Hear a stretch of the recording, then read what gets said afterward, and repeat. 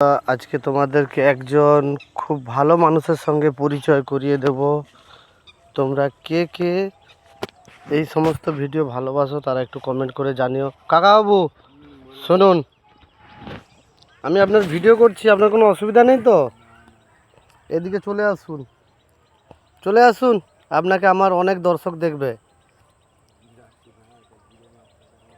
দেখুন বন্ধুরা, এনারাই কিন্তু সকাল থেকে সন্ধে পর্যন্ত রোদ্দুরুতে কাজ করে আমাদের জন্য ভালো ভালো খাবার রেডি করে দেয়।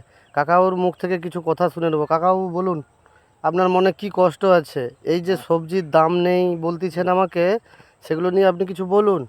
সবজির দাম নেই, আমাদের মাথা খারাপ হয়ে যাচ্ছে, কোনো পয়সা পাচ্ছি না, সার ঔষধে সব পয়সা চলে যাচ্ছে, খাননি সব বেকার হয়ে যাচ্ছে আমাদের।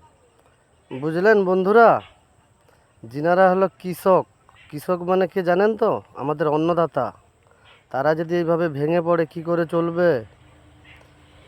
কাকাবাবুদের এখানে এখন বিনস 10 টাকা কিলো, আর আমাদের কাছ থেকে আমাদেরকে কিনতে হয় 50 টাকা, 40 টাকা, 50 টাকা কিলো। তাহলে পয়সাগুলো কে খেয়ে নিচ্ছে? চাষিরা পাচ্ছে না কেন? কৃষকের থেকে বড় কেউ হয় না বন্ধুরা। যে যতই বড় টাকার মালিক হোক না কেন, কৃষক যদি অন্ন দেওয়া বন্ধ করে দেয়, সবের কিন্তু অন্ন গ্রহণ বন্ধ হয়ে যাবে। তোমরা কমেন্ট করে জানিও। এই কাকাবাবুর কথা শুনলে তো?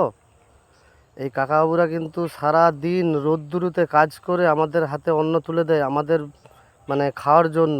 ভালো ভালো সবজি নিজেরা বাড়িতে হয়তো না খেয়েই মার্কেটে দিয়ে আসে, কিন্তু তার মানে প্রাপ্য মূল্য পায় না। আপনারা বলুন কমেন্ট করে। ওকে কাকাবাবু, কত সময় কাজ করবেন? হ্যাঁ, এখন সে সন্ধ্যা পর্যন্ত। এই দেখুন, এই মানুষটা কৃষক, কৃষক মানে সব থেকে বড় মানুষ। উনি কিন্তু ওনার ন্যায্য মূল্য পায়নি। অথচ দেখুন, সব কিছু জিনিসের কিন্তু মূল্যর দাম নির্ধারণ করার ব্যক্তি মালিক আছে, কিন্তু কৃষকের কেউ নেই। কেউ নেই। কেন এগুলো হচ্ছে?